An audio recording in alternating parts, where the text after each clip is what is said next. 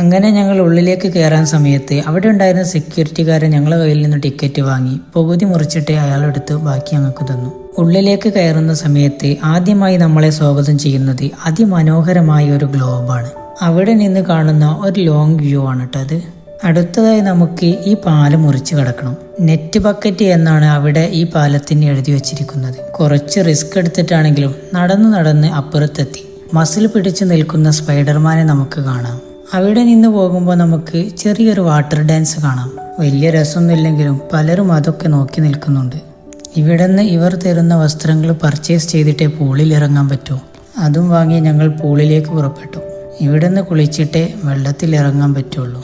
ഇതാണ് കേട്ടോ പാർക്കിലെ പ്രധാനപ്പെട്ട ഏരിയ. ഈ പൂളിൽ ഇറങ്ങി കുളിക്കാനും നീന്താനൊക്കെ എന്ത് രസമാണെന്നറിയോ. ഇത് കണ്ടില്ലേ, തൊഴിഞ്ഞിങ്ങനെ വരുന്നേ. കയറിയപ്പോഴേ ഞാൻ പറഞ്ഞതാ ഇന്ന പോലത്തെ കുട്ടിയൊക്കെയുള്ളതാണ് എന്ന്. കണ്ടില്ല വേറൊരുത്തൻ വരുന്നേ. ഇത് അത്യാവശ്യം കുഴപ്പമില്ലാത്ത സംഗതിയാണ് കേട്ടോ. അടുത്തതായി ഞങ്ങളെ അതിൻ്റെ ഉള്ളിൽ തന്നെയുള്ള ജുറാസിക് ഐസ്ലാൻഡിലേക്കാണ് കേട്ടോ പോയത്. ഈ സാധനം പലപ്പോഴും കണ്ടിട്ടുണ്ടെങ്കിലും ജീവിതത്തിൽ ഇന്ന് വരെ ഞാൻ അതിൽ കയറിയിട്ടില്ല. ചെങ്ങൈമാരൊക്കെ കയറുന്നുണ്ടെന്ന് പറഞ്ഞപ്പോൾ അവർക്ക് പേടിക്ക് വേണ്ടി ഞാനും കൂടെ കയറി. ഊഞ്ഞാലയിൽ ഇരുന്ന് തള്ളി മറിക്കേന് കേട്ടോ. വീഡിയോ എടുക്കേണ്ടെന്ന് കണ്ടപ്പോൾ ഒന്ന് ശാന്തനായി. അതെല്ലാം കഴിഞ്ഞ് പുറത്തിറങ്ങിയപ്പോഴേക്കും നേരം ഇരുട്ടായി തുടങ്ങിയിരുന്നു. ഞങ്ങൾ വേഗം തിരിച്ചു പോന്നു.